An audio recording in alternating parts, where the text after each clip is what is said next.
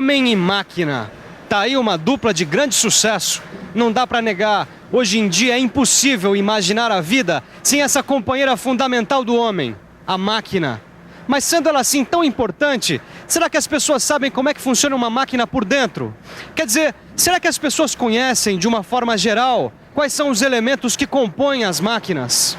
Pinos, parafuso e porca. Cupilhas, arruelas e chavetas. Mancais, rolamentos e molas. Eixos, árvores e polias. Corrente, engrenagem e cabo. Não precisa se assustar. O pessoal daqui tá afiado porque é tudo gente do ramo. Agora, se você também quer ser um profissional da mecânica, ou se você já trabalha na área e quer se aperfeiçoar, você também precisa ficar afiado nesse assunto. Quer dizer, você precisa dominar muito bem os elementos de máquinas. E é exatamente o módulo Elementos de Máquinas do Telecurso 2000 Profissionalizante que a gente está iniciando hoje.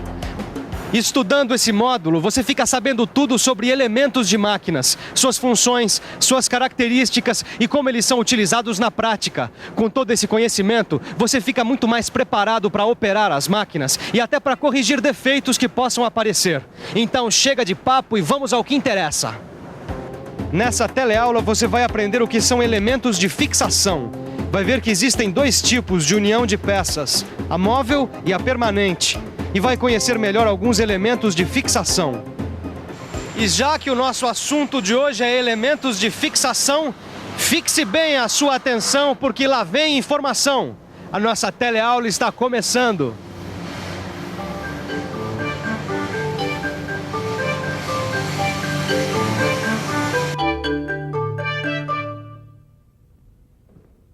E aí, Titão?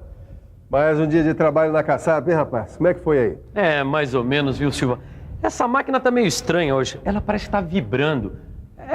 Tá meio frouxa. Ah, não, mas isso é mole. O que você tem que fazer é dar uma boa checada nos elementos de fixação dela. Elementos de fixação? Mas também não precisa ficar com essa cara de assustado por causa do nome. Vem cá que eu vou te falar uma coisa. Vem cá. Você tá vendo essa caixa de ferramenta aqui? Tô. Pois bem, ela é toda de madeira, certo? Uhum. Se você tivesse que construir uma caixa igualzinha a essa, como é que você ia unir as partes dessa caixa? Bom, para unir partes de madeira, eu acho que eu usaria o prego e a cola. Pois muito bem. Na mecânica também é muito comum a gente ter que unir peças como chapas, perfis, barras, etc, etc, etc. Mas espera aí. Só o prego e a cola não vão dar conta desse recado. Não, mas é claro que não, né, Titão? Na mecânica, as peças a serem unidas, elas exigem elementos próprios de união. Ah, você está falando de pinos, cavilhas, rebites, parafusos, porcas. Exatamente, disso e muito mais. Preste atenção. Rebites, pinos, parafusos, porcas, arruelas, chavetas. São alguns exemplos do que a gente chama em mecânica de elementos de fixação. Quer dizer, na mecânica, elementos de fixação são elementos que servem para unir duas ou mais peças. Ah, então é isso. Você tem toda a razão, mestre Silva. Na verdade, eu vou ter que dar uma boa checada nos elementos de fixação desta máquina para ver o porquê que ela está vibrando tanto. É isso aí, seu Tito, é isso aí. Nessa e nas próximas teleaulas você vai ficar conhecendo cada um desses elementos de fixação. Você vai saber quais são suas características, de que material é feito, suas aplicações, representação, simbologia. E vai aprender também alguns cálculos necessários na hora de usar esses elementos. Nossa, mas é preciso saber tudo isso sobre elementos de fixação? Você acha importante para o profissional mecânico conhecer bem os elementos de fixação das máquinas? Eu acho importante, sem dúvida. É lógico? Eu acho sim. É claro? Sem dúvida. Parece que é importante mesmo para o profissional de mecânica dominar esse assunto. Resta saber por quê. Quem vai explicar isso para a gente é o Eugênio, que é diretor industrial dessa empresa de mecânica. Eugênio, por que é tão importante para o profissional de mecânica conhecer bem os elementos de máquinas? Em nossa empresa, nós temos consciência de que ganhos significativos de qualidade e produtividade só podem ser conseguidos se o profissional que opera o equipamento participe ativamente da manutenção do mesmo e como pré-requisito é o conhecimento dos elementos e máquinas que o compõem. E é por isso que hoje em dia as empresas estão investindo tanto em treinamento de pessoal? Exatamente. Qualquer investimento em treinamento se reverte automaticamente em aumento de qualidade, produtividade, eficiência, estímulo e desenvolvimento do próprio profissional de mecânica. Parece que é importante mesmo conhecer os elementos de máquina. Então vamos adiante. Vamos aprender um pouquinho mais sobre elementos de fixação. Sabe, seu Jair, essa bicicleta aqui que o senhor trouxe para eu consertar vem bem a calhar com o assunto da nossa teleaula de hoje. Como assim? É o seguinte, é que nela fica bem fácil de ver que a união das peças feita pelos elementos de fixação pode ser de dois tipos, união móvel e união permanente. União móvel... Peraí, senhor Anésio. Peraí que eu não sou do ramo, né? Olha, é fácil, seu Jair.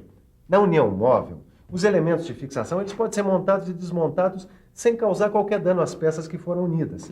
Tá vendo aqui, ó? Essa união aqui, feita com parafuso, porca e arruela, é um exemplo de união móvel. Mas essa aí eu entendi. Agora me diga uma coisa. E a união permanente, como é que é? Bom, como o próprio nome está dizendo, a união permanente não tem esse negócio de monta e desmonta, não. Nela, uma vez fixados, os elementos só podem ser retirados na marra, quer dizer, quebrando, danificando. É o caso das uniões feitas com rebites, soldas. Tá aqui, ó.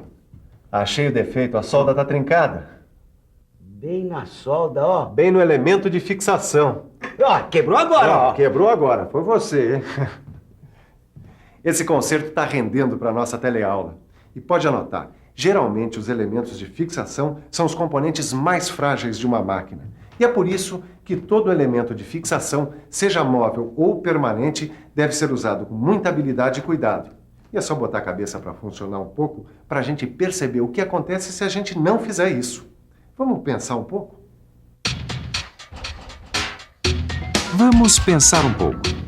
Peraí, acho que não tem segredo. Na hora de projetar um conjunto mecânico, é preciso escolher com muita atenção o elemento de fixação mais adequado ao tipo de peças que vão ser unidas ou fixadas. É isso. Se, por exemplo, a gente for unir peças robustas e usar elementos de fixação fracos, o conjunto vai acabar apresentando problemas. Quer dizer, um elemento de fixação mal dimensionado pode significar desperdício de tempo, de materiais, de recursos financeiros e também danos humanos.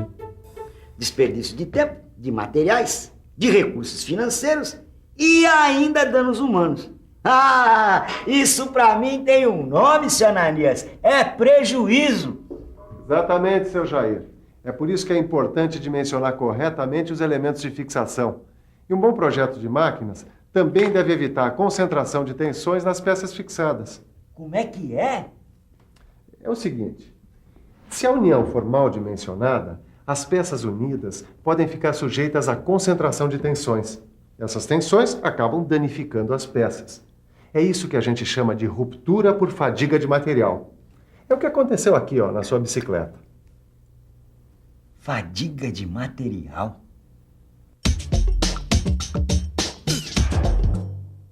Fadiga de material significa a queda de resistência ou enfraquecimento do material devido a tensões e constantes esforços. Ô Silva, sabe que eu já ouvi falar nessa história de fadiga de material? Foi no caso de um avião que tinha caído. Será que tem a relação de uma coisa com a outra? Faz sentido, né, Titão? Você já imaginou, rapaz, as tensões que atuam sobre a estrutura de um avião durante o voo? Puxa. Agora, tem uma coisa. Fadiga de material, Titão, pode dar em qualquer conjunto mecânico, qualquer estrutura. Principalmente se os elementos de fixação não forem bem dimensionados. Agora, para evitar que isso aconteça, é preciso que haja um bom projeto, uma boa manutenção. E por falar em manutenção, eu acabei de fazer a minha. Quero ver agora se essa danada vai voltar a tremer. Bom, então já que você acabou a sua manutenção, eu vou testar os seus conhecimentos sobre elementos de fixação. Quero ver se você é capaz de me dar uma descrição assim bem rápida desses elementos de fixação que eu coloquei aqui. Mas eu acho que eu consigo. Bom, vamos começar com o rebite. O rebite é formado por uma cabeça e um corpo cilíndrico. É fabricado geralmente em aço, alumínio, cobre ou latão. E é usado para a fixação permanente de 2 ou mais peças. Muito bem, adiante. Bom, este aqui é o pino, que serve para unir peças articuladas. É bom lembrar que nesse tipo de união, uma das peças pode se movimentar por rotação. Você está indo muito bem, Tito. Bom, não vamos comemorar antes da hora. Ainda faltam vários tipos de elementos. O contrapino, por exemplo, ou cupilha, trata-se de um arame ou haste fina com forma semelhante ao meio cilindro. Este arame ou haste é dobrado, formando uma cabeça circular e 2 pernas de tamanhos diferentes. Não, peraí, vamos com calma. Antes de apresentar outros elementos de fixação, vamos ver na prática a utilização do rebite, do pino e do contrapino, que também é chamado de cupilha. Quem vai mostrar isso pra gente é o Jonas, aqui na máquina onde ele trabalha. Vamos lá, Jonas? Então, Jonas, mostra pra gente aí os elementos de fixação. Aqui tem os rebites, o pino, contrapino ou cupilha. Agora sim, dá pra gente continuar e ver os outros elementos de fixação. Vai lá, Titão, a bola tá com você, rapaz. Oh, não, senhor. A bola está com um dos elementos de fixação mais conhecidos, o parafuso. Bom, o parafuso tem um corpo cilíndrico, roscado e uma cabeça que pode ter as mais variadas formas. Bom, o parafuso tem uma companheira inseparável, a porca. A porca tem a forma de prisma, cilindro ou tantas outras. Ela tem um furo roscado por onde é atarrachada ao parafuso. Mas você não se esqueceu de que o parafuso tem também uma outra companheira inseparável, não é mesmo? Eu ia falar dela agora mesmo. É a arruela. A arruela é um disco de metal com um furo no meio. E é por esse furo por onde passa o parafuso. Reta final, Titão. Só faltam 2 elementos de fixação. Bom, primeiro eu vou falar do anel elástico. Esse elemento de fixação serve para impedir o deslocamento dos eixos. Também serve para limitar ou posicionar o movimento de uma peça que desliza sobre um eixo. Bom, agora só falta eu falar da chaveta. A chaveta tem um corpo em forma de prisma e pode ter as suas faces paralelas ou inclinadas, dependendo do esforço e do tipo de movimento que ela quer transmitir. Tem gente que diz que as chavetas são elementos de fixação e tem gente que diz que as chavetas são elementos de transmissão. Mas na verdade ela tem as 2 funções, não é mesmo? Ah, rapaz, isso é perfeito, esse menino. Bom, agora nós vamos dar uma olhada naquele torno ali só para conferir os elementos de fixação que nós acabamos de ver. Tá bom. Certo? Certo. Pois muito bem. Aqui está. Parafuso, porca, arruela, anel elástico, chaveta. Poxa, por hoje a gente já aprendeu bastante, hein, Silvio? Claro, claro. O resto fica para as próximas teleaulas. E atenção, se liga aí que é a hora da revisão. Na teleaula de hoje, você aprendeu que, na mecânica, é muito comum a necessidade de unir peças e que essa união é feita pelos chamados elementos de fixação. Viu que uma união pode ser de 2 tipos, união móvel e união permanente. Você aprendeu também que para projetar um conjunto mecânico é preciso escolher o elemento de fixação mais adequado ao tipo de peças, evitando assim desperdício de tempo, de material, de dinheiro e danos humanos. Evitando também rupturas nas peças por fadiga de material. Por último, você viu uma descrição simples de alguns elementos de fixação: o rebite, o pino, o contrapino ou cupilha, o parafuso, a porca, a arruela, o anel elástico e a chaveta. E se você quiser que todos esses conhecimentos fiquem bem fixados na sua cabeça, só tem um jeito: é estudar no seu livro. Bons estudos e até a próxima!